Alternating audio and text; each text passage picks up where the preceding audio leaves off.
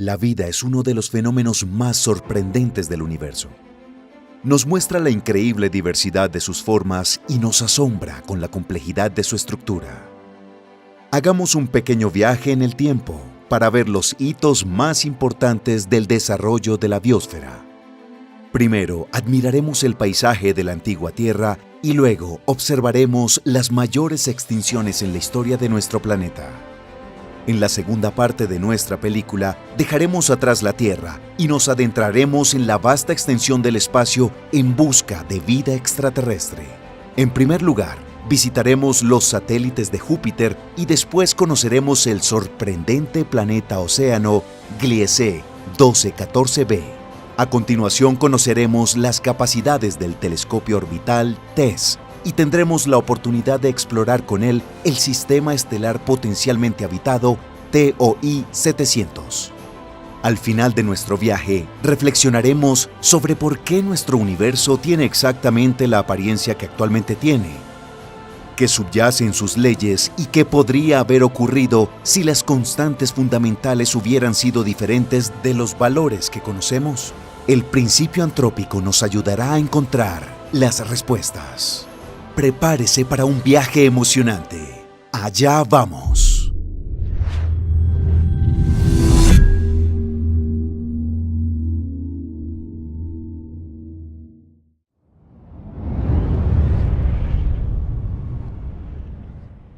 De hecho, durante la mayor parte de la historia, la Tierra parecía un lugar bastante poco amigable. Realicemos un viaje mental hacia el Eón Arcaico, la era más antigua marcada por la presencia de vida. Comenzó hace 4.000 millones de años y duró unos 1.500 millones de años. La joven Tierra acababa de sobrevivir a un segundo bombardeo intenso.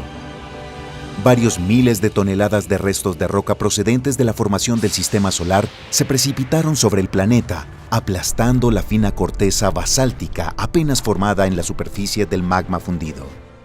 Sin embargo, la joven Tierra se volvió a enfriar y se cubrió de litosfera primaria y 1.000 millones de años después apareció la primera vida. La Tierra en esa época tenía una superficie relativamente lisa. Las placas tectónicas, es decir, los cuerpos rocosos que al chocar crean altas crestas montañosas, simplemente no existían en esa época. Tampoco había diversidad de rocas en la Tierra primitiva. Los bancos de minerales y rocas estaban en las primeras etapas de formación. La mayor parte de la corteza terrestre estaba formada por basalto, una roca formada por magma que en esencia es lava sólida. La atmósfera arcaica casi no contenía oxígeno y la concentración de nitrógeno era considerablemente menor que la actual. La Tierra estaba envuelta en una densa mezcla de vapor de agua y dióxido de carbono con un alto porcentaje de óxidos de azufre, fósforo y otros elementos químicos activos. El Sol era entonces mucho más tenue que ahora. Según algunas estimaciones, su luminosidad era incluso un 30% menor que la actual. Por eso, nuestro planeta era un lugar bastante oscuro. La Luna todavía se encontraba muy cerca de ella, por lo que un día duraba apenas unas 10 horas y las mareas alcanzaron alturas de varias decenas hasta los 300 metros. A medida que nuestro planeta se fue enfriando, el agua de la atmósfera se condensó derramando abundante lluvia. Al principio, se acumulaban en forma de pequeños charcos de agua en las tierras bajas. El agua que contenía era ácida, salada y muy caliente, hasta el punto de ebullición. Su composición era en muchos aspectos similar a la de los geysers modernos. Paradójicamente se trataba de un entorno a primera vista hostil, pero que proporcionaba un caldo de cultivo para la vida primitiva. Naturalmente, los primeros organismos eran anaerobios. La atmósfera aún no contenía el oxígeno que estamos acostumbrados a respirar, por lo que los primeros seres vivos utilizaron otras formas de producir energía. Los microorganismos que habitaban la Tierra en el Eón Arcaico aún no podían nadar. Necesitaban un sustrato para sobrevivir. Por lo tanto, la biosfera de esa época era una fina película viscosa no más gruesa que 1 milímetro en el fondo de una zona costera de océanos ácidos y calientes. La profundidad máxima a la que llegaba esa zona bajo el agua no superaba los 20 metros. La densa atmósfera simplemente no permitía que la luz solar penetrara a mayor profundidad. Las bacterias quimiosintetizadoras vivían cerca de las bocas de los volcanes submarinos, pero no necesitaban luz. Obtenían su energía de las reacciones químicas de los compuestos de azufre y hierro. La Tierra se estaba enfriando, el nivel de los océanos subía, la atmósfera se hacía más fina y el Sol aumentaba gradualmente de tamaño. La anchura de la zona costera disponible para la vida se amplió gradualmente. A finales del Eón Arcaico, la biosfera era una estrecha franja a lo largo de las costas, así como las islas aisladas en las profundidades del océano, cerca de volcanes activos. Sin embargo, toda la masa terrestre, los ríos y el vasto océano abierto seguían sin vida. Si un explorador hubiera aterrizado en la Tierra en esa época, la única evidencia de vida visible a simple vista habrían sido los estromatolitos. Estas formaciones calcáreas sedimentarias fueron creadas por antiguos microorganismos y pueden alcanzar varios metros de altura. Había otro problema en esa época. Las cantidades de reactivos eran insuficientes y eso impedía enormemente la evolución de la vida. La evolución aún no había producido carroñeros, organismos que se alimentaban de carne muerta. Así, bajo la influencia de la gravedad y las corrientes marinas, las criaturas muertas se acumularon en cavidades del fondo marino. Cientos de millones de años después, estas acumulaciones fueron procesadas por la naturaleza en lo que ahora son campos petrolíferos. Hace unos 3.500 millones de años surgieron criaturas que iban a cambiar la Tierra hasta hacerla irreconocible. Algunas bacterias consiguieron realizar la fotosíntesis con producción de oxígeno. 1.000 millones de años después, en los límites entre el Eón Arcaico y el Eón Proterozoico, su evolución provocó la extinción más global de la historia del planeta. Se conoce como la Gran Oxidación, por nombrar solo un término. Es difícil estimar la magnitud de este acontecimiento, ya que una abrumadora mayoría de las criaturas no se conservaron como fósiles. Prácticamente toda la diversidad de formas de vida anaeróbica que había tardado 1.000 millones de años en evolucionar desapareció de la faz de la Tierra. En la antigüedad, la atmósfera de la Tierra contenía una gran cantidad de potente gas de efecto invernadero, el metano. En presencia de oxígeno, se oxida rápidamente para formar dióxido de carbono y agua. La disminución de la concentración de metano en la atmósfera provocó un rápido descenso de la temperatura del planeta. El proceso ha dado lugar a la glaciación huroniana, la mayor glaciación de la historia de la Tierra, que comenzó hace 2.400 millones de años y duró 300 millones de años. Según las excavaciones, los glaciares llegaban a veces hasta el Ecuador, convirtiendo la Tierra casi por completo en una bola de hielo. Entonces, la Tierra tardó 1.500 millones de años en pasar de los campos de lava hirviendo a los interminables desiertos helados. El Eón Proterozoico duró desde los 2.500 millones de años hasta los 540 millones de años antes de Cristo. A pesar del frío, la vida siguió evolucionando. Sin embargo, la Tierra permaneció completamente sin vida.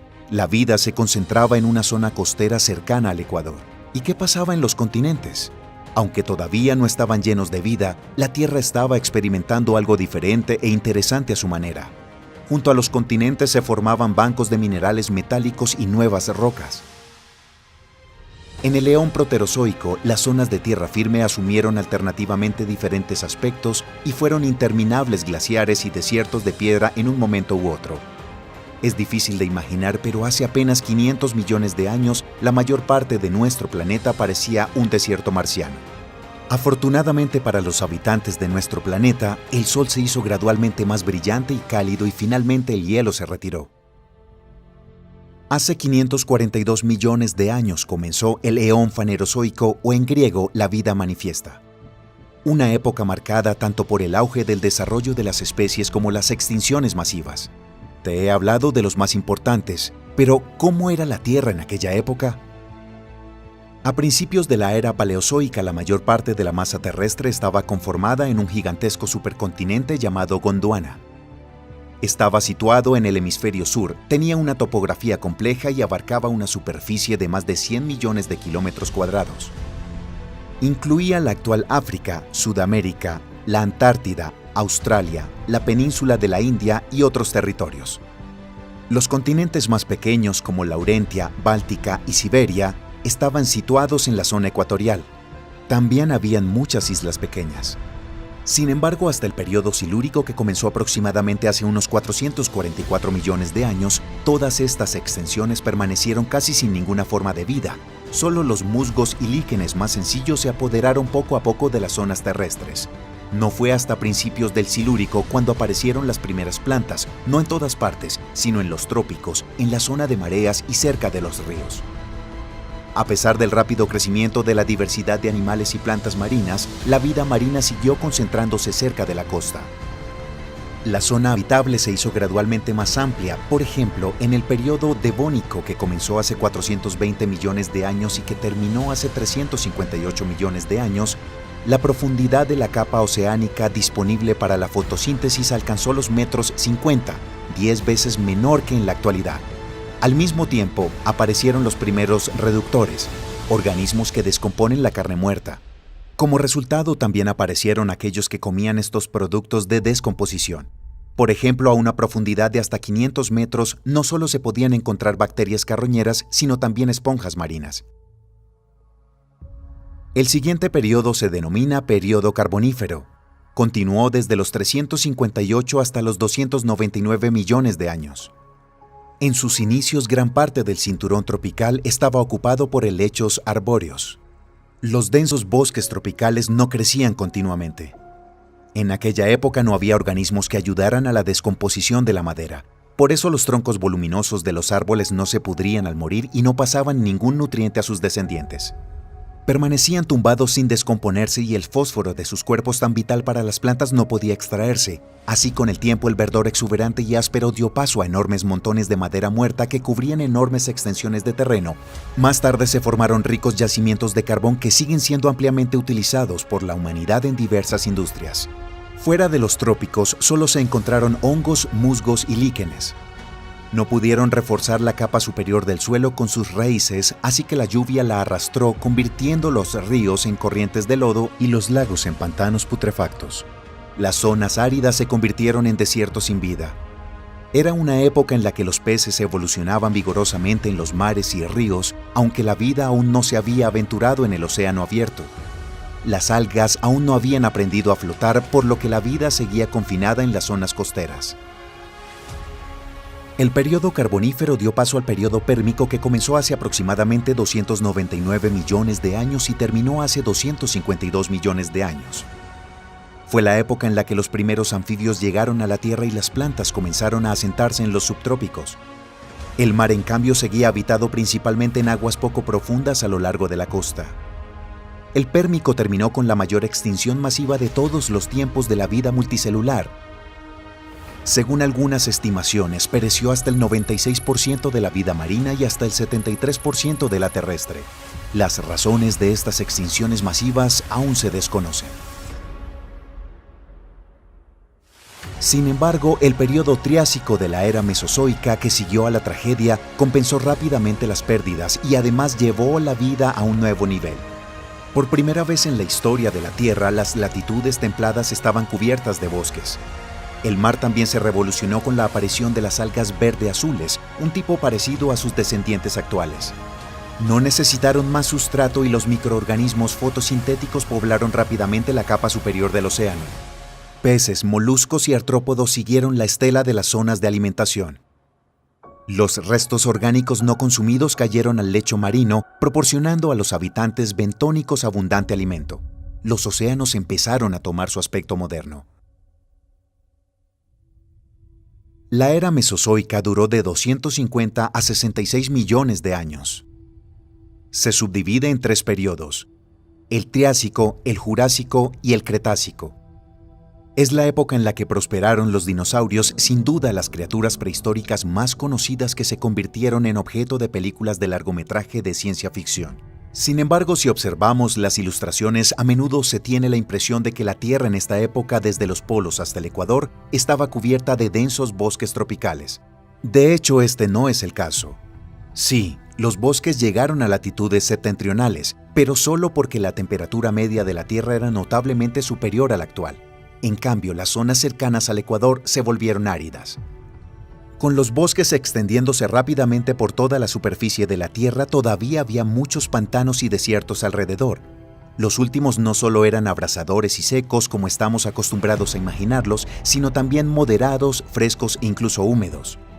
Sin plantas herbáceas alrededor, los suelos no podían adherirse a las laderas rocosas, solo los líquenes pueden crecer en rocas estériles. No fue hasta mediados del Cretácico, hace unos 100 millones de años, cuando las plantas se generalizaron. Curiosamente, las primeras plantas fueron árboles y solo hacia el final del Cretácico surgieron plantas similares a las hierbas modernas. En comparación con un roble poderoso o una secuoya gigante, la hierba normal parece insignificante, pero es capaz de algo que no hacen los gigantes de los árboles. Al mezclar sus diminutas raíces en el suelo, ayudan a formar el césped duro. Esto no solo hace que el suelo sea más duro y evita que se desprenda o se erosione, sino que también se encarga de eliminar el exceso de agua, dejando que se evapore y acumulando el agua cuando falta. Al emerger, las plantas herbáceas convirtieron los desiertos en estepas, praderas y sabanas, los pantanos en praderas inundables y las zonas de permafrost en tundra y estepa de tundra. Cuando el Cretácico estaba llegando a su fin, la Tierra había empezado a parecerse a la actual. Solo le faltaba un toque importante: los mamíferos.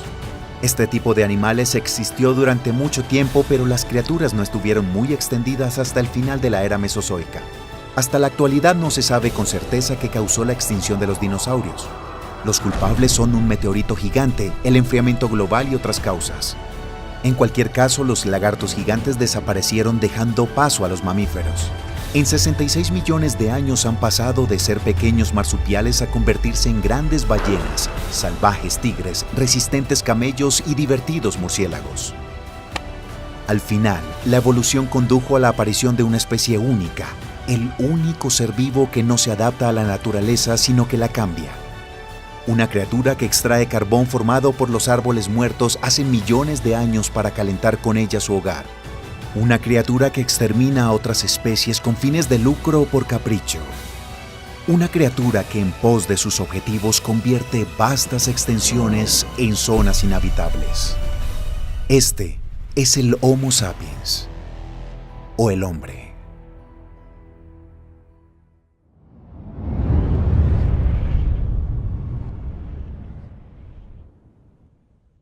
La evolución de la vida en la Tierra no ha sido sencilla. Han habido periodos de mayor diversidad y periodos de extinción casi total. Estas conclusiones se desprenden del análisis de los depósitos fósiles encontrados en las excavaciones paleontológicas. En los últimos 540 millones de años, se han producido 5 grandes extinciones y unas 20 extinciones más pequeñas. Sin embargo, la crisis más global de la biosfera de nuestro planeta se produjo muchos años antes, hace unos 2100 millones de años. Se cree que las primeras formas de vida en la Tierra aparecieron bastante pronto, hace unos 4000 millones de años, es decir, unos 400 millones de años después de que la superficie del planeta fuera relativamente habitable. La Tierra en aquella época no parecía muy acogedora. Rocas estériles, nubes densas, frecuentes tormentas y terremotos, y una atmósfera sin oxígeno, compuesta principalmente por nitrógeno, metano y dióxido de carbono. Esta fue la época de los microorganismos primitivos, las arqueas y las bacterias, que en su gran mayoría utilizaban la fotosíntesis anoxigénica, es decir, un tipo de fotosíntesis que no produce oxígeno. Además, se cree que han existido muchas formas intermedias que no pueden asignarse con un grado satisfactorio de certeza a una forma exclusiva a objetos vivos o no vivos. Hace unos 2700 millones de años surgió la fotosíntesis oxigénica, es decir, una forma de fotosíntesis que sí produce oxígeno, tal y como la conocemos. La gran mayoría de las plantas y las algas unicelulares siguen utilizándola. Los organismos anaeróbicos no pueden vivir en un entorno rico en oxígeno. Por eso las antiguas algas utilizaban el oxígeno como arma. Lo liberaban como subproducto de su actividad vital y este residuo mataba a sus competidores. De este modo, las algas no solo protegían su territorio, sino que se extendían más allá de cubrir zonas más amplias en las cuales habitar. En los primeros tiempos, el oxígeno se consumía en la oxidación de las rocas donde vivían las colonias aeróbicas. Esto llevó a la formación de bolsas de oxígeno, pequeñas áreas de minerales oxidados. Poco a poco, el oxígeno comenzó a acumularse en la atmósfera al oxidar el metano, el azufre y los compuestos de hierro. Los organismos anaerobios, incapaces de existir en un medio oxigenado, se extinguieron sobreviviendo solo en bolsas subterráneas privadas de oxígeno. La biosfera se volvió del revés, por así decirlo. Los organismos que emiten oxígeno se generalizaron mientras que los antiguos anfitriones del planeta se limitaron a unas pocas zonas aisladas. La proliferación de nuevos organismos provocó una disminución de gases como el metano y el dióxido de carbono en la atmósfera terrestre. El primero se oxida para formar agua y eventualmente dióxido de carbono, mientras que el segundo se liga activamente en la fotosíntesis. Todo ello redujo el efecto invernadero y ha enfriado la superficie de la Tierra.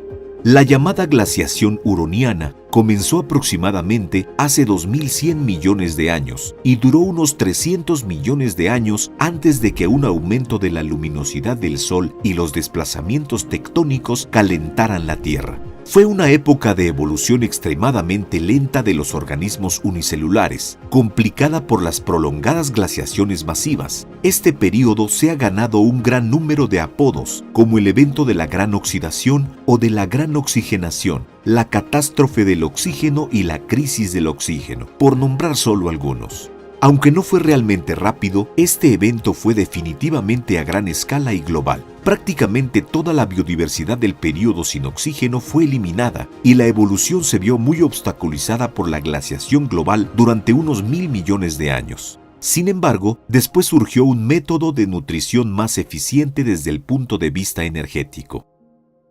La era fanerozoica, a veces llamada época de la vida manifiesta, fue peculiar por la vigorosa evolución de las especies multicelulares y comenzó aproximadamente hace unos 540 millones de años y continúa hasta nuestros días. Muchas criaturas de esa época tenían un aspecto totalmente fantástico y diferente a todo lo que conocemos hoy en día. Sin embargo, hace unos 450 millones de años, la rápida evolución de la vida se vio bruscamente interrumpida por un factor desconocido. Entre las posibles causas figuran una explosión cósmica de rayos gamma, la actividad volcánica e incluso la caída de un gran cuerpo celeste. En cualquier caso, entre el 25% y el 50% de todos los seres vivos se extinguieron durante 7 millones de años.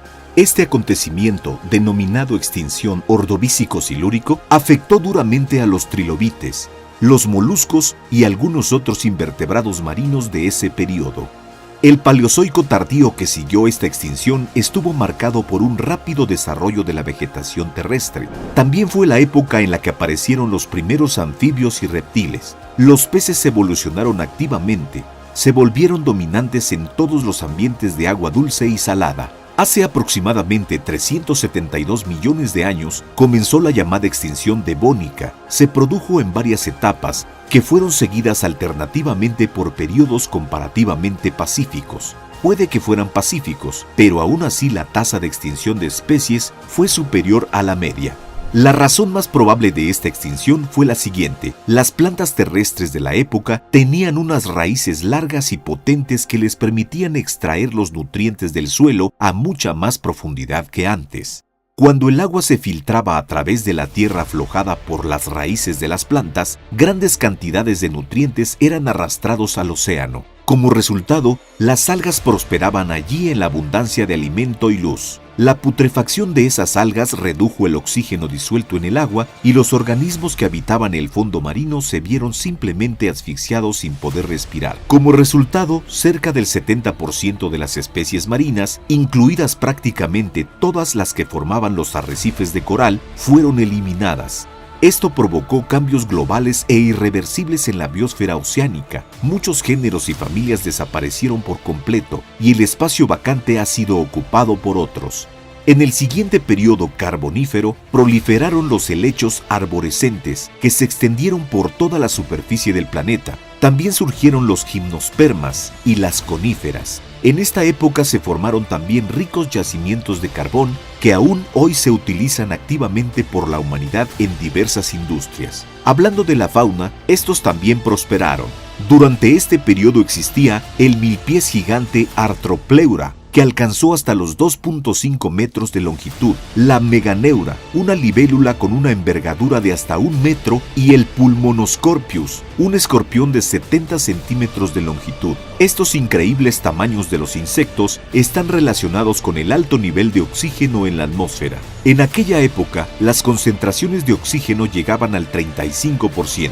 La gran extinción pérmico-triásico, también conocida informalmente como la Gran Mortandad, se produjo aproximadamente entre 251 y 253 millones de años, entre los límites de los periodos pérmico y triásico. Fue la más masiva y global de la historia de la vida multicelular. Los datos de las excavaciones muestran como resultado que hasta el 95% de las especies marinas y hasta el 70% de las especies terrestres desaparecieron de la faz de la Tierra, y la catástrofe se produjo de forma casi instantánea, según los estándares geológicos, en un periodo inferior a 200.000 años. Se necesitaron al menos 50 millones de años para restaurar la biodiversidad de la vida terrestre y unos 100 millones de años para la vida marina. Los famosos trilobites y muchos invertebrados y microorganismos marinos han desaparecido casi por completo. Los insectos también se han vuelto considerablemente más pequeños que antes.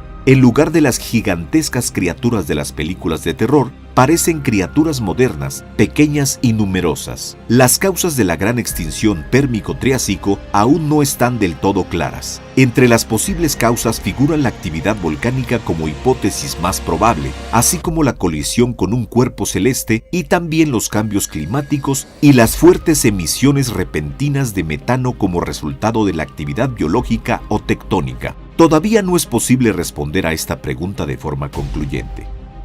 Tras la gran extinción pérmico-triásico, el periodo triásico se caracterizó por el auge de la vida vertebrada. Fue entonces cuando aparecieron los arcosaurios, antiguos lagartos que dieron lugar a los cocodrilos y a los dinosaurios. En el Triásico también aparecieron los primeros mamíferos, aunque no estaban muy extendidos en esa época. Alrededor de los 200 millones de años comenzó la extinción del Triásico, duró unos 100.000 años y marcó el límite entre los periodos Triásico y Jurásico. Aproximadamente la mitad de las especies que se sabe que vivían en la Tierra en esa época fueron víctimas de ese evento de extinción. Entre ellos se encontraban diversos reptiles y anfibios, cuya extinción despejó nichos ecológicos y permitió a los dinosaurios dominar el planeta durante los siguientes 130 millones de años. Por cierto, también se desconocen las razones de la extinción del Triásico y ninguna de las hipótesis planteadas hasta ahora es suficientemente concluyente. Los periodos Jurásico y Cretácico que siguieron a la extinción del Triásico-Jurásico fueron las épocas en las que los dinosaurios prosperaron y florecieron. Pero estos saurios gigantes no eran los únicos habitantes de nuestro planeta en aquella época. Fue entonces cuando evolucionaron los antepasados de las aves, las plantas con flores y los corales actuales, así como los pequeños animales peludos de sangre caliente llamados mamíferos. Y aunque estas pequeñas criaturas no parecían tan impresionantes en comparación con los tremendos dinosaurios en todo su esplendor, se mantuvieron firmes en su terreno ecológico y progresaron constantemente en su evolución. Los mamíferos tuvieron su oportunidad al final del Cretácico hace unos 66 millones de años. Este fue el evento de extinción masiva más conocido y de mayor envergadura, llamado Cretácico-Paleógeno. La primera y más popular teoría para explicar esta extinción fue la sugerencia de que un cuerpo celeste gigante cayó. Todo el mundo conoce el meteorito que acabó con los dinosaurios. Sin embargo, aún se desconoce la causa exacta de este suceso. En cualquier caso, como resultado de este acontecimiento, todos los dinosaurios se han extinguido, así como muchas plantas coníferas, algas y moluscos. La extinción del Cretácico-Paleógeno marcó el inicio de una nueva era geológica, el Cenozoico, que continúa hasta nuestros días. Durante la era cenozoica, los mamíferos, así como las aves y las plantas con flores, han evolucionado activamente y se extendieron rápidamente por el planeta. Los mamíferos han habitado todas las áreas del planeta, desde los trópicos hasta las capas de hielo de los polos, desde las profundidades del océano y las entrañas de la Tierra hasta las corrientes de aire. Los mamíferos habitaron todas las regiones del planeta. Con el tiempo, la evolución condujo la aparición de los humanos. Por supuesto, incluso en nuestra época tan ilustrada, sigue habiendo gente que no cree en la evolución. Sin embargo, la teoría de la evolución no requiere creencia, es una teoría científica basada en hechos. La teoría moderna del cambio de las especies ha recorrido un largo camino y difiere notablemente de la teoría propuesta por Charles Darwin, hace 161 años. Sin embargo, sus principios generales siguen siendo los mismos y en la actualidad la evolución es la única teoría científica seria que puede describir de forma plausible el proceso de cambio y la aparición de especies en los organismos vivos. Algunos científicos creen que estamos viviendo una era de sexta extinción masiva. Lo llaman el Holoceno, el Antropoceno o el Cuaternario. Miles de especies se han extinguido en los últimos 10.000 años. En los últimos 500 años han desaparecido de la faz de la Tierra unas 900 especies de grandes animales. Actualmente, el 40% de las especies de anfibios y el 25% de las de mamíferos están en peligro de extinción, y es probable que la actividad humana sea una de las principales causas. ¿Podrá la humanidad ser capaz de hacer frente a esta amenaza? ¿Continuará la vida en una nueva etapa de organización, como siempre fue que ocurrió después de cada extinción masiva? Todavía no lo sabemos ahora con exactitud. La biosfera de la Tierra tiene un enorme potencial de restauración y desarrollo, pero eso no significa que podamos ser despiadados al respecto. Después de todo, la Tierra es nuestro único hogar.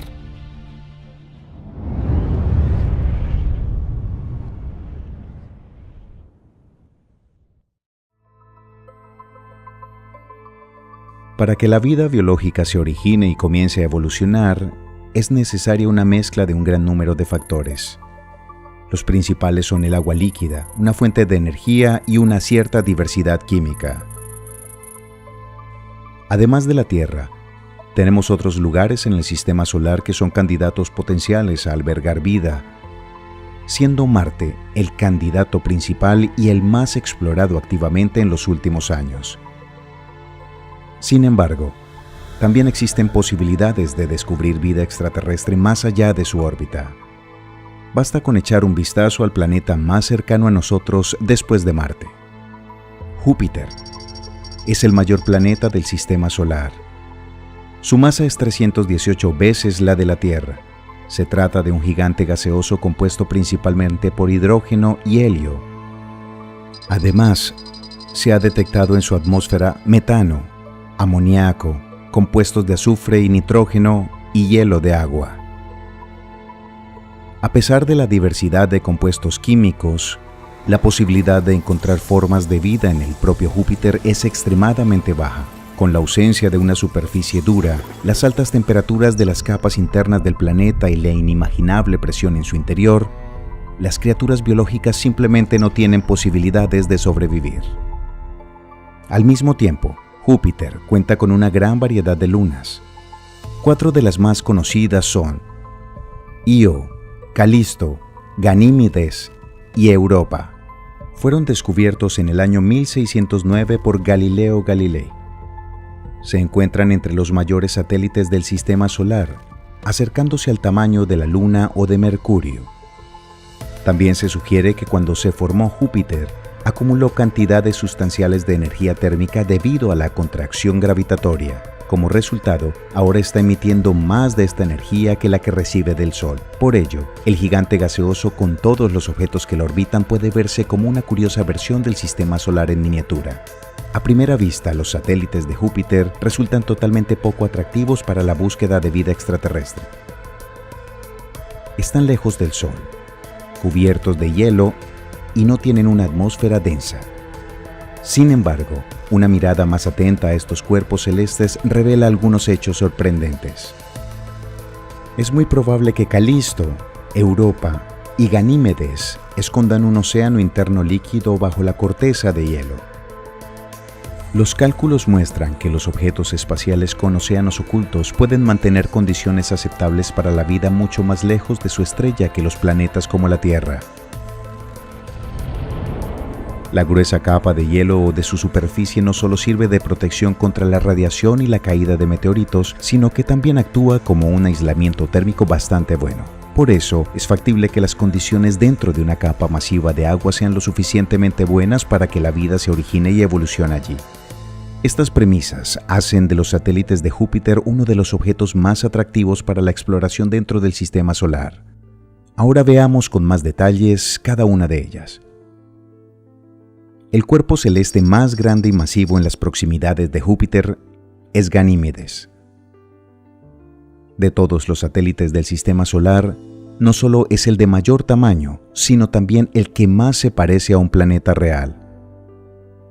El radio de Ganímedes es de 2.634 kilómetros, es decir, un 8% más que el radio de Mercurio. La masa de este cuerpo celeste es igual a 1.48 por 10 a la 23 kilogramos, lo que lo hace 2 veces más pesado que la Luna. Curiosamente, Ganímedes es el único satélite de nuestro sistema solar con el núcleo de metal líquido y su propia magnetosfera. En las entrañas de Ganímedes tienen lugar procesos de desintegración nuclear que lo calientan adicionalmente. La temperatura media en la superficie del satélite es de 110 Kelvin, es decir, menos 163 grados centígrados, mientras que el núcleo, según los cálculos, puede calentarse entre 1500 y 1700 Kelvin. Los estudios del campo magnético de Ganímedes, realizados por el aparato Galileo, han sugerido que bajo la corteza de hielo del satélite podrían encontrarse un océano salado de varios niveles a una profundidad de 200 kilómetros. Puede contener hasta 4 capas, cada una de ellas formada por agua con diferente salinidad, densidad y temperatura, y separada de sus vecinas por una capa de hielo. Los estudios espectrográficos de la superficie de Ganímedes revelan la presencia de una atmósfera de oxígeno extremadamente enrarecida. Sin embargo, esto no es una prueba concluyente de la existencia de vida biológica. Lo más probable es que el oxígeno molecular se produzca por la descomposición del hielo de agua por la radiación ultravioleta. El hidrógeno, el otro producto de esta reacción química, flota en el espacio. Por su parte, el oxígeno, que es un elemento más pesado, se asienta cerca de la superficie. Además de una enorme cantidad de hielo de agua, se encontraron en la superficie de Ganímedes dióxido de carbono, dióxido de azufre, sales de ácido sulfúrico y algunas sustancias orgánicas. No podemos descartar que se hayan formado en las profundidades del océano subterráneo, pero los mecanismos de su asentamiento en la superficie del satélite aún no están claros. Calisto se considera un cuerpo celeste potencialmente atractivo para la vida. Este satélite es el segundo más grande y el más alejado de Júpiter. Su diámetro es de 4.820 kilómetros, casi el mismo que el de Mercurio. Bajo la corteza de hielo de Calisto, que tiene un grosor de entre 80 y 150 kilómetros, es muy probable que haya un océano salado con grandes cantidades de amoníaco disuelto en el agua y otras sustancias. Su profundidad, según diversas estimaciones, podría oscilar entre los 50 y los 300 kilómetros y la temperatura, según la mayoría de los modelos, oscila en torno a los 251 Kelvin o menos 21 grados centígrados. Debido a las impurezas y a la alta presión, el agua en estas condiciones debe permanecer líquida. Debajo del océano subterráneo probablemente se encuentra una capa de hielo de unos 300 kilómetros de espesor, y aún más abajo hay un núcleo compuesto por agua y rocas congeladas. La superficie de Calisto está llena de cráteres. El análisis del espectro de la luz reflejada por este cuerpo celeste mostró la presencia no solo de hielo de agua y rocas con base de silicio, sino también de amoníaco, dióxido de carbono, azufre, compuestos de hierro y magnesio, así como pequeñas cantidades de tolinas, polímeros orgánicos complejos que contienen nitrógeno. Estas sustancias de colores brillantes se forman en la superficie de los cuerpos celestes bajo la influencia de la radiación ultravioleta. Resulta que Calisto está demasiado lejos de Júpiter para recibir más calor de él. Además, la influencia de las mareas ejercidas por el vecino gigante no es suficiente para deformar el satélite, aunque la fricción en el proceso lo calentaría. Además, la mayor parte de este cuerpo está formado por hielo, mientras que es preferible que haya rocas sólidas que saturen el agua con elementos vitales para que se originen formas de vida. La diversidad de compuestos químicos aquí es escasa y la temperatura bastante baja, por lo que reducen significativamente las posibilidades de que la vida evolucione aquí. Aún así, no hay que descartar esta posibilidad. Sin embargo, Europa, el más pequeño de los 4 satélites galileanos de Júpiter y solo un poco más pequeño que la Luna, se considera el más prometedor para la búsqueda de vida extraterrestre. La temperatura en el ecuador de este cuerpo celeste es de 110 Kelvin o menos 163 grados centígrados. En los polos las temperaturas pueden descender hasta 50 Kelvin o menos 223 grados centígrados. Europa se encuentra en un acoplamiento de marea de Júpiter y siempre está girada hacia él por un lado. Sin embargo, su rotación no está perfectamente sincronizada. Se notan pequeñas desviaciones de la trayectoria calculada. Esto puede significar que la superficie de Europa está separada del núcleo por una capa fluida. Esta suposición se ve confirmada por los estudios sobre la interacción del satélite con el campo magnético de Júpiter, realizados por la sonda Galileo a finales del siglo pasado. Además, el análisis de las fracturas que cubren la superficie de Europa muestran que en el pasado la corteza del satélite se desplazó 80 grados con respecto al interior, lo que sería imposible sin la presencia de una capa líquida entre ambos. El enorme vecino ejerce una fuerte influencia sobre Europa al provocar poderosas mareas en su océano subterráneo. De este modo, Júpiter calienta aún más el satélite por la fricción interna. Las estimaciones muestran que la temperatura en el interior de Europa es lo suficientemente alta como para que haya un océano de agua en estado líquido. Curiosamente, su profundidad puede alcanzar los 100 kilómetros y su volumen puede ser el doble que el océano global de nuestra Tierra. Europa está cubierta por una capa uniforme de hielo excepcionalmente suave y transparente. Los elementos más altos del relieve se elevan a varios cientos de metros sobre la superficie. El grosor de la corteza helada puede oscilar entre los 10 y los 30 kilómetros, aunque la superficie del satélite está surcada por toda una red de largas y profundas grietas, por lo que suponemos que algunos de ellos pueden llegar hasta la capa subterránea del agua. Así, el hielo del fondo de estos barrancos es un material valioso para estudiar la composición interna de Europa. Otra característica peculiar de esta luna son los potentes geysers de vapor helado. Solo se abren cuando Europa se encuentra en su punto más alejado de Júpiter y la altura de los chorros alcanza hasta 200 kilómetros. Estos chorros gigantes están formados por vapor de agua que, por cierto, es inesperadamente limpio. Todavía no se sabe con certeza si los geysers tienen algo que ver con el océano del interior de Europa o si proceden de lagos gigantescos incrustados en la corteza helada del satélite. En la actualidad, la composición del océano subterráneo del satélite se estima mediante el análisis del hielo que cubre la parte interior de los mayores cráteres de Europa. Solo a través del impacto de un objeto realmente grande es posible romper la gruesa capa de hielo. Una vez rota la corteza helada, el agua del océano subterráneo en el lugar del impacto se congela y forma el fondo de un cráter. El análisis espectral de los cráteres revela compuestos de magnesio, azufre y hierro, así como peróxido de hidrógeno y ácidos fuertes. Esto demuestra que existe una gran diversidad de minerales en la hidrosfera oculta del satélite.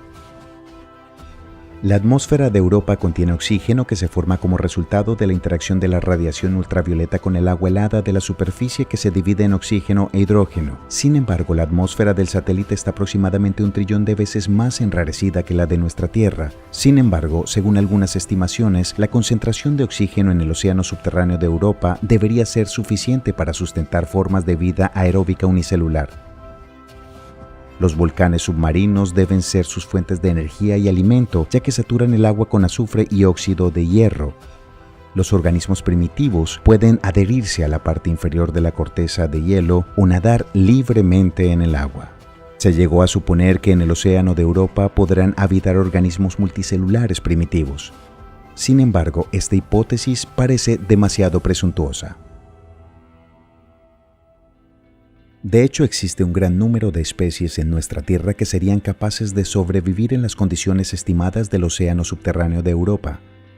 Entre ellos, no solo hay bacterias resistentes a entornos difíciles, sino también criaturas pluricelulares, por ejemplo, los tardígrados. Por consiguiente, no podemos descartar la posibilidad de que la vida primitiva se haya originado en las profundidades de este objeto celeste por sí misma. Desgraciadamente, a pesar del intenso interés que tenemos por Júpiter y sus satélites, hasta ahora solo se han investigado brevemente y solo con naves espaciales que pasan por allí de camino a otro lugar. Hasta ahora no se han intentado ningún aterrizaje en los satélites del gigantesco gaseoso. Por el momento, el mayor planeta de nuestro sistema está siendo investigado por la sonda Juno y pronto, en este mes de julio de 2021, comenzará a estudiar las lunas galileanas. Los datos recogidos por Juno serán sin duda de gran importancia y ayudarán a llegar al fondo de los procesos que tienen lugar en el sistema de Júpiter.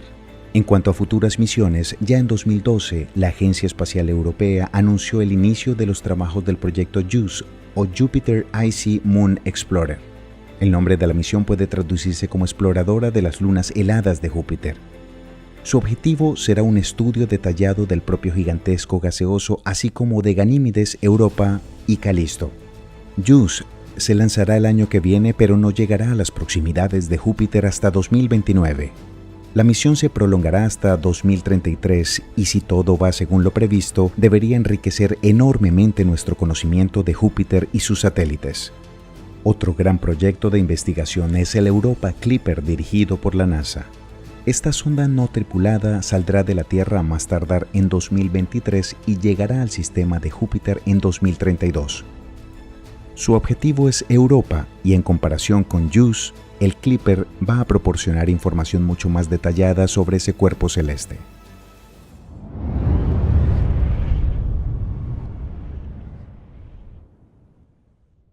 Los primeros pasos hacia la justificación teórica de la existencia de planetas enteramente cubiertos por agua se dieron en la década de 1970. Fue entonces cuando se demostró que la desintegración radioactiva en las entrañas de los planetas y las fuerzas de las mareas podrían provocar el deshielo de agua y la formación de océanos gigantes. Es probable que se produzcan procesos similares en las lunas de Júpiter y Saturno, pero debido a su gran distancia del Sol, estos cuerpos celestes permanecen bloqueados por una gruesa corteza de hielo. Sin embargo, cuando se trata de un planeta océano, ya se suele hablar de un tipo de cuerpo cósmico ligeramente diferente. Esto implica que el océano del planeta no está oculto bajo una capa de hielo y que tiene más de 100 kilómetros de profundidad. El cálculo teórico de la formación y evolución de estos planetas fue realizado por astrofísicos franceses dirigidos por Christophe Sotin en 2004.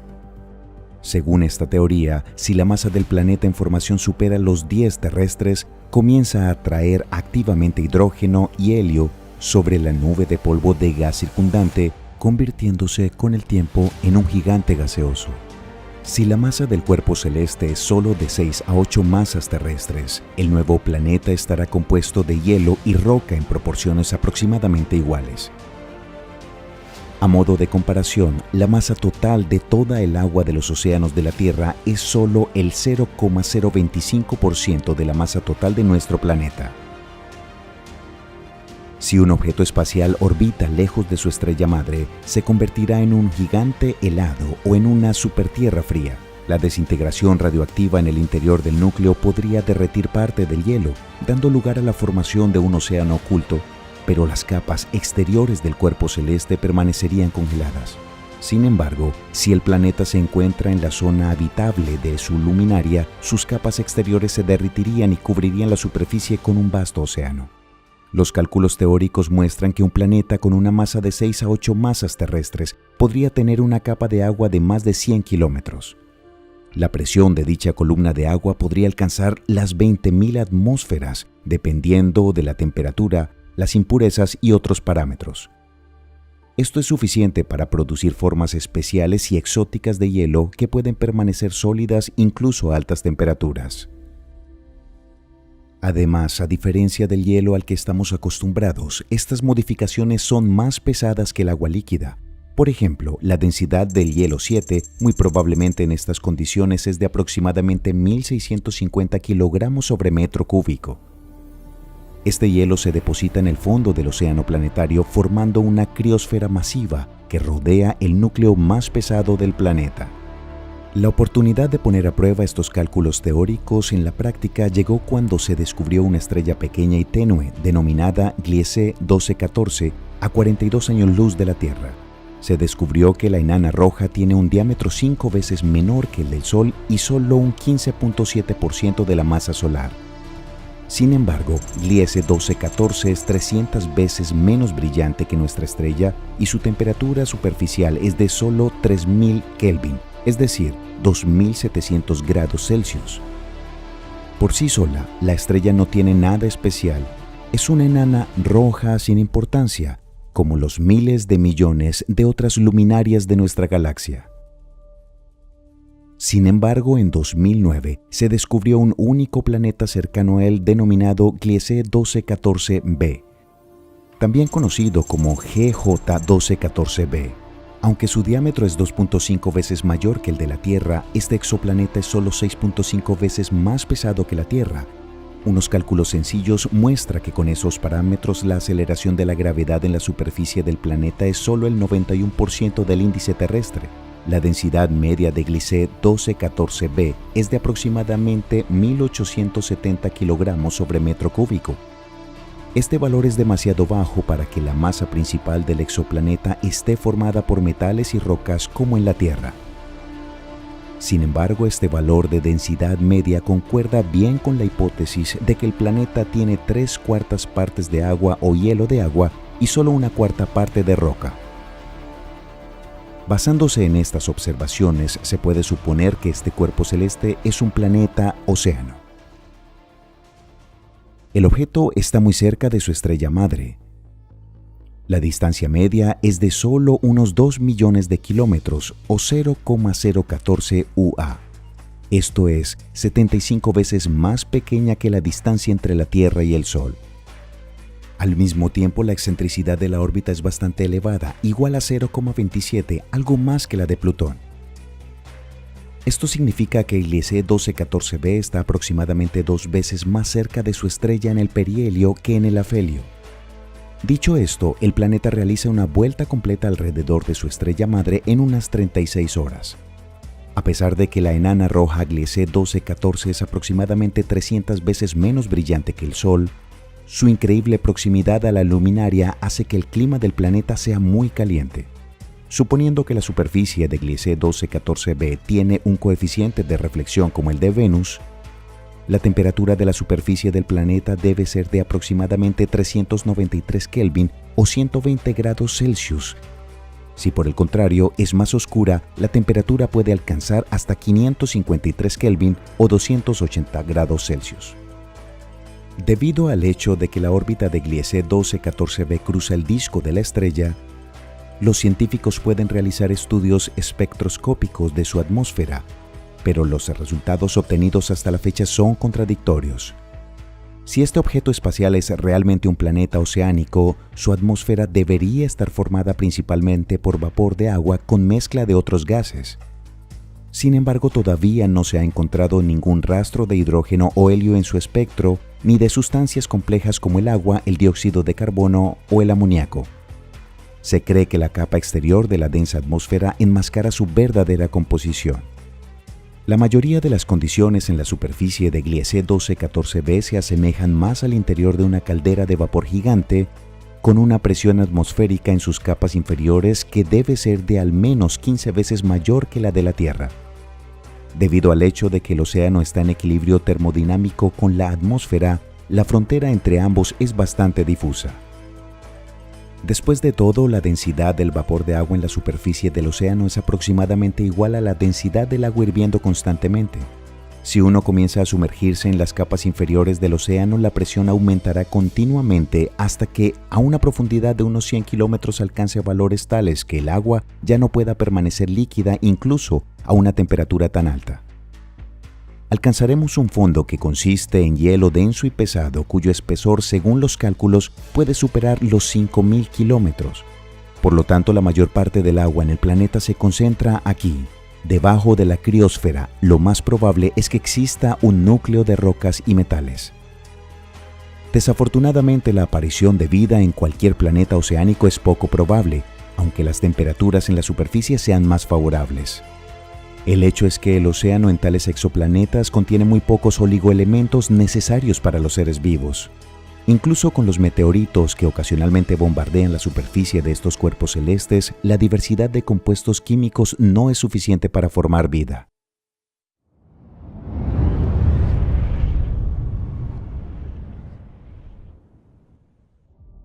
Los primeros exoplanetas se descubrieron a finales de la década de 1980 y su número se ha multiplicado desde entonces. Hasta enero de 2021 ya se han descubierto más de 4.000 planetas pertenecientes a otros sistemas y además se han registrado varios miles de candidatos a este título. La mayoría de ellos obtendrán el estatus oficial tras la confirmación por parte de los observatorios terrestres. El número total de planetas en nuestra galaxia presumiblemente puede superar el billón. Entre el 5 y el 20% de ellos tienen un tamaño y una composición cercanos a la Tierra. No todos estos planetas se encuentran en la zona habitable y tampoco son aptos para la vida. Sin embargo, los científicos estiman que la Vía Láctea contiene al menos 300 millones de planetas potencialmente habitables. Las condiciones de los exoplanetas difieren mucho en cuanto a su entorno. Sus dimensiones pueden ser enormes, algunos incluso superan a Júpiter, pero también hay otros comparativamente más pequeños, cercanos a nuestra Tierra en tamaño. Algunos de estos cuerpos están calientes, consumidos por océanos de lava fundida, mientras que otros están encerrados en una cáscara de hielo permanente. Hay planetas formados enteramente por océanos, sin un ápice de tierra firme en ellos, mientras que en otros las lluvias de ácido sulfúrico o la nieve de diamantes son habituales. Se utilizan diferentes métodos para descubrir otros mundos. Normalmente, descubrir un exoplaneta mediante la observación directa con un telescopio suele ser casi imposible. Por eso, en el año 2009 se lanzó el Kepler, el primer telescopio espacial dedicado a encontrar planetas más allá de los límites de nuestro sistema solar. Las cámaras del telescopio tenían 42 sensores, con una resolución combinada total de 96 megapíxeles y con un campo de visión que cubrían aproximadamente el 25% del cielo estelar. Esto, combinado con el espejo de 1.5 metros del telescopio, permitió detectar objetos extraterrestres a una distancia de hasta 3.000 años luz de la Tierra. En 3 años y medio de trabajo activo, el Kepler ha descubierto más de 3.500 candidatos a exoplanetas, de los cuales más de 2.000 ya han sido confirmados por repetidas observaciones. Entre ellos, se descubrió el más pequeño de los exoplanetas conocidos actualmente. El diámetro del objeto Kepler 37b es solo el 35.7% de la Tierra. Además, con el telescopio se descubrieron varias estrellas y enanas marrones. El Kepler utilizó el método de tránsito para encontrar exoplanetas. Este método se basa en las observaciones de la luminosidad de una estrella. Si el supuesto planeta pasa entre la estrella madre y el observador, esto provoca que la luminosidad de la estrella disminuya.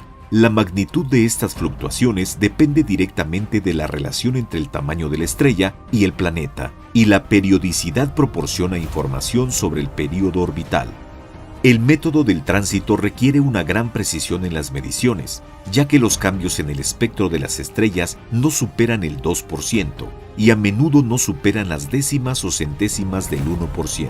Las fluctuaciones atmosféricas, el polvo y las precipitaciones también introducen demasiados errores en el funcionamiento de los telescopios terrestres. Precisamente por esto, se están utilizando telescopios acoplados en las estaciones espaciales automáticas para buscar objetos fuera del sistema solar.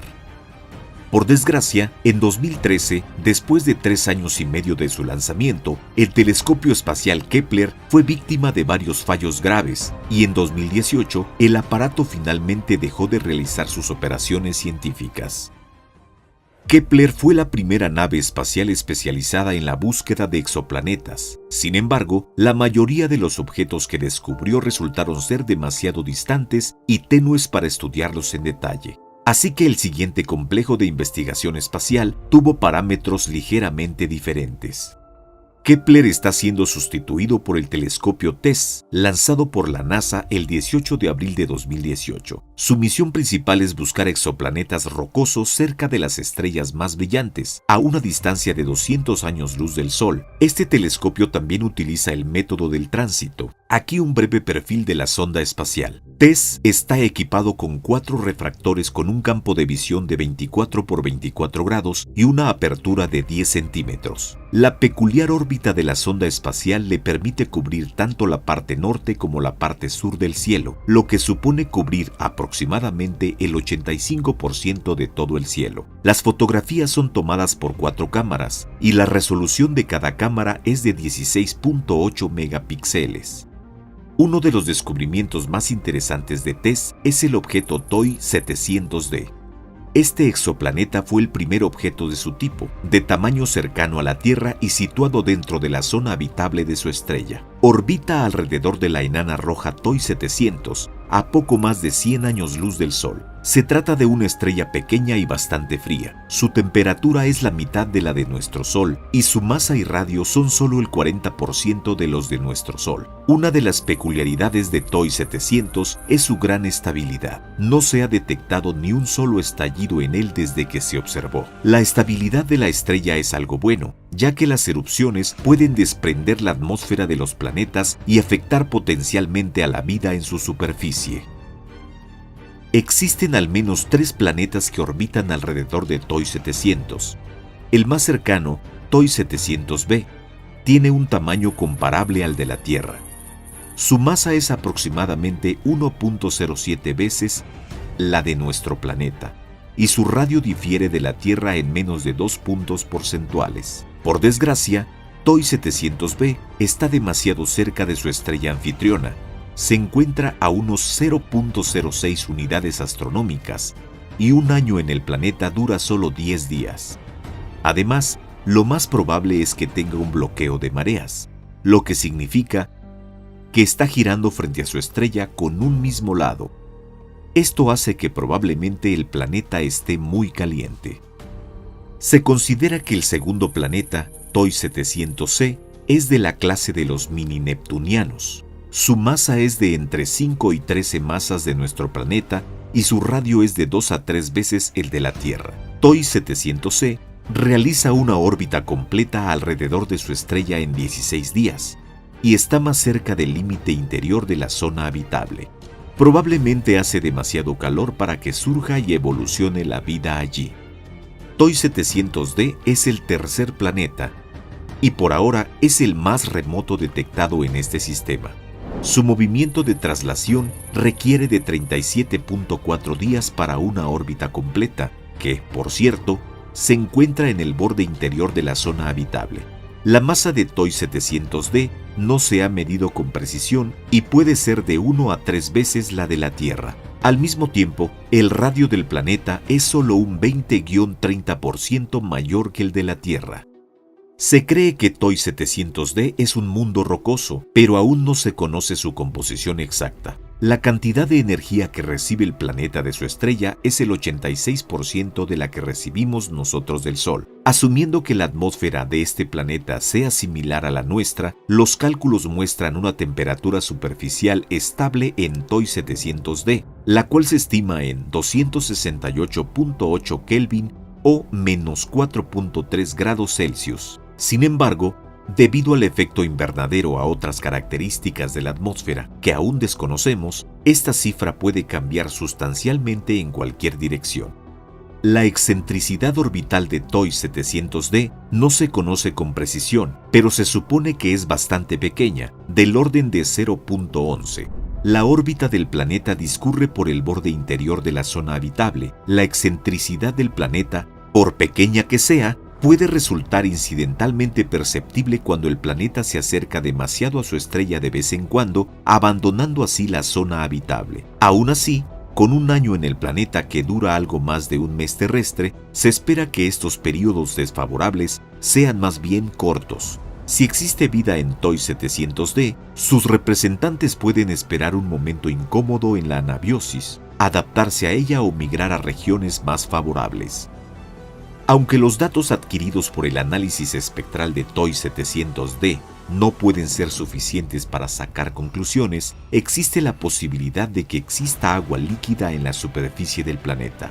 Además, el efecto invernadero contribuirá a que la temperatura de la superficie del planeta alcance valores favorables. Existe una alta probabilidad de que TOI 700D, al igual que otros planetas del sistema, esté en bloqueo de marea, por lo que está girado hacia la estrella por un lado. Si es así, la temperatura del lado solar podría ser muy diferente de la del lado de la sonda. Una atmósfera densa podría suavizar el contraste, pero en este caso los vientos huracanados más fuertes son inevitables.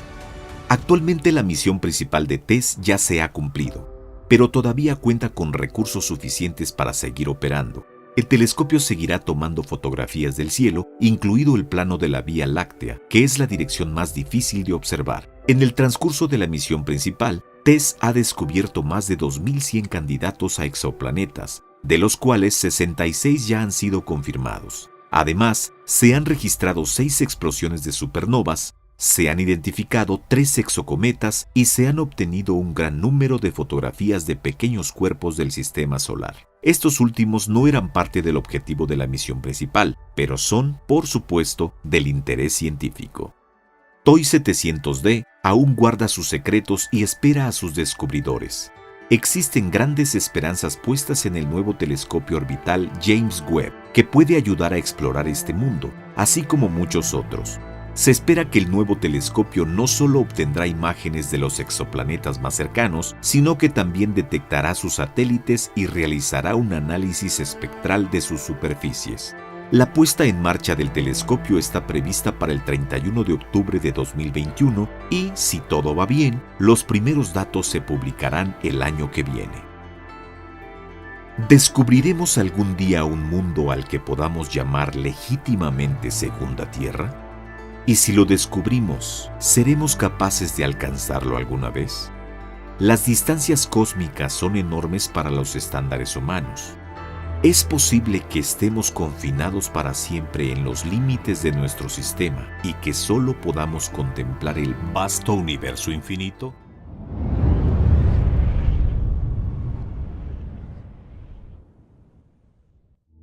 La enana amarilla llamada Sol, que nos da luz y calor cada segundo, está situada en el borde de la Vía Láctea y orbita el centro de la galaxia en lo que se conoce como círculo de corotación. Esto significa que la velocidad de nuestra luminaria está precisamente alineada con la rotación de los brazos espirales galácticos, que son zonas de formación estelar activa. Debido a esta notable sincronización, el sistema solar prácticamente nunca cruza estos brazos, evitando las destructivas explosiones de supernovas y la proximidad de estrellas calientes y activas. El diámetro de esta órbita galáctica también es importante. Si el Sol estuviera más cerca del centro de la Vía Láctea, la abundancia de elementos pesados haría que los planetas en formación fueran demasiado grandes y masivos. Además, la potente radiación ionizante del núcleo galáctico destruiría cualquier intento de la vida naciente de afianzarse en la superficie de los planetas o sus satélites. Sin embargo, a medida que uno se aleja del centro de la galaxia, la variedad de elementos químicos disminuye drásticamente. En este caso, nunca se habrían podido formar planetas rocosos de composición diversa como la Tierra. El Sol estaría rodeado, en el mejor de los casos, por gigantes gaseosos y gigantes helados. Dentro del sistema solar también es fácil ver una serie de coincidencias sorprendentes. Por ejemplo, la Tierra está situada a una distancia perfecta del Sol, girando en una órbita estable con poca excentricidad. La trayectoria de nuestro planeta está muy cerca de un círculo uniforme. Un cambio en su diámetro de tan solo 5% en cualquier dirección haría que nuestro planeta o quedara cubierto de glaciares o envuelto en una densa capa de vapor de agua. En cualquier caso, toda vida altamente evolucionada dejaría de existir. Además, el propio Sol tiene una serie de propiedades muy importantes. No es ni demasiado caliente ni demasiado frío y tiene una larga vida útil. Las estrellas calientes, a pesar de formar una amplia zona habitable a su alrededor, tienen una corta vida útil, así como una excesiva radiación ionizante.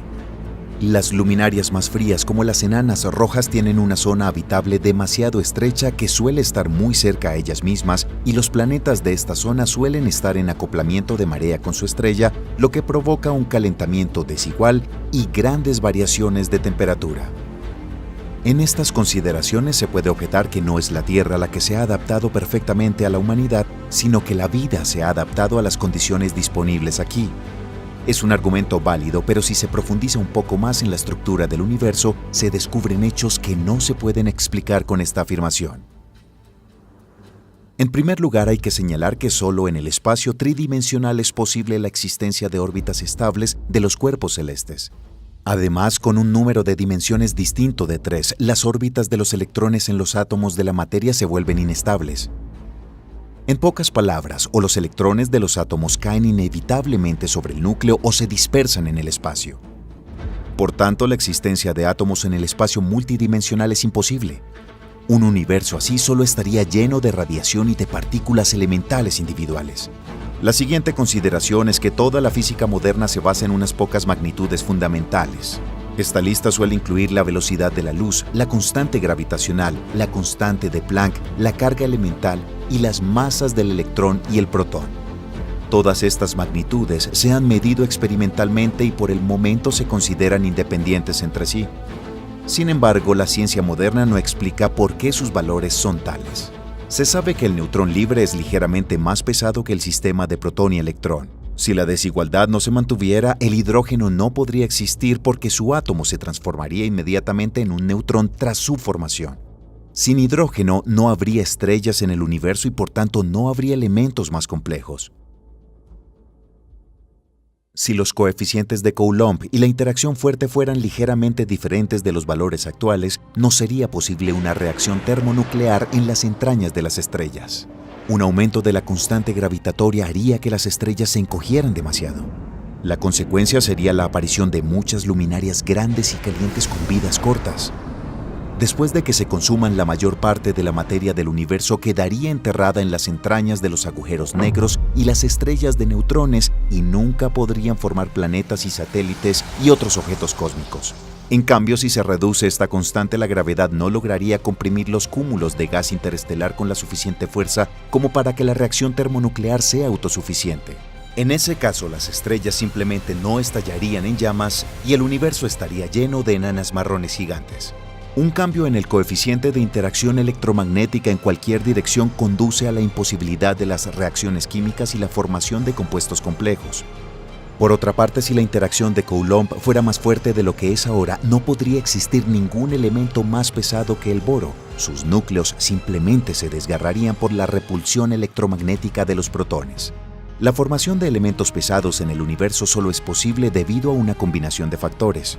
Solo gracias a la existencia de un estado especial del carbono es posible la reacción de conversión de helio en carbono. Este fenómeno se denomina resonancia de carbono y desempeña un papel crucial en la formación de los elementos pesados y su distribución en el universo.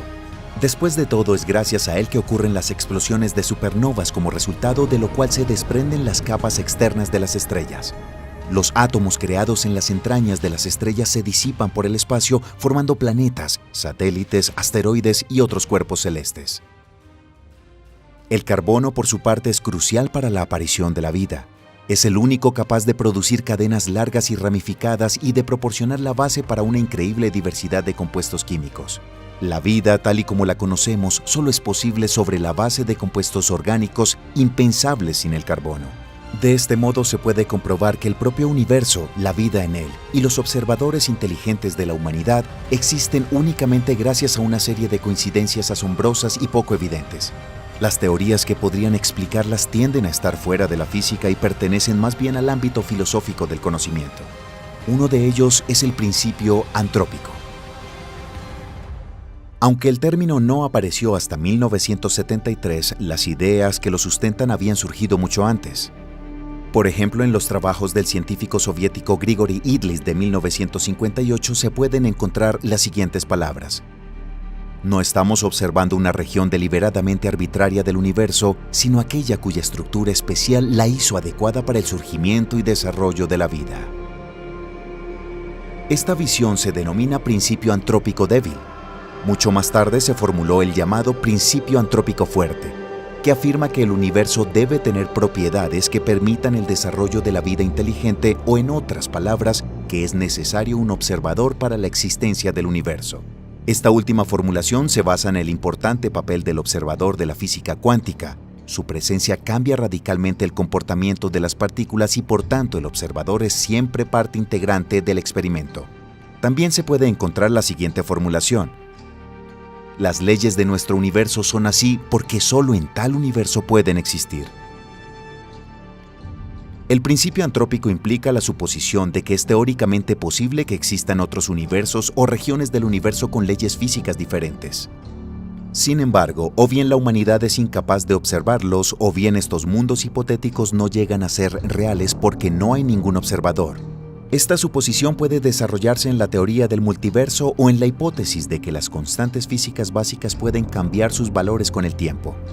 Sin embargo, las observaciones de la parte accesible del universo muestran que las constantes fundamentales no cambian con el tiempo. Y la noción de multiverso no puede describirse científicamente. En definitiva, el principio antrópico trasciende en gran medida la imagen científica del mundo y requiere un enfoque metafísico. Stanislaw Lem comentó lo siguiente: es un intento de explicar lo desconocido a través de lo desconocido. Además, el principio antrópico está en aparente contradicción con el principio de mediocridad, que afirma que la región disponible de la humanidad para observar el espacio exterior no es inusual y que hay muchos lugares así dentro del universo. Por ejemplo, la Vía Láctea no tiene características estructurales únicas y su posición en la estructura a gran escala del universo no es fundamentalmente diferente de la de miles de millones de otras galaxias. Además, la ley moderna acepta el principio de homogeneidad del espacio, según el cual las leyes de la naturaleza son las mismas en todos los puntos del universo. La validez de este postulado está confirmada por numerosas observaciones del mundo circundante. Desde la antigüedad, la humanidad se ha preguntado si estamos solos en el universo. ¿Es nuestro planeta de origen único o la Vía Láctea contiene otros mundos similares a la Tierra? ¿O tal vez solo vemos el borde mismo de la existencia y el universo esconde algo increíble más allá de nuestra comprensión? La ciencia aún no ofrece respuestas seguras a estas preguntas. Conseguirlas podría dar un vuelco a nuestra visión del mundo que nos rodea y llevar la cognición a un nuevo nivel. Mientras tanto, cada uno es libre de decidir por sí mismo. Por supuesto, en nuestro viaje solo hemos abarcado una pequeña parte de la compleja cuestión: ¿qué es la vida y cuál es su lugar en el universo? Es un tema sobre el que se podría debatir infinitamente, porque aunque la humanidad ha acumulado una gran cantidad de información sobre el mundo que nos rodea, todavía existen muchos vacíos. Además, cada día nos aporta una nueva porción de conocimiento sobre el universo y nuestro lugar en él. ¿La aparición de la vida fue un proceso natural o nacimos por casualidad? ¿Está el cosmos lleno de vida o estamos solos en el universo? Solo tendríamos que obtener las respuestas a estas preguntas.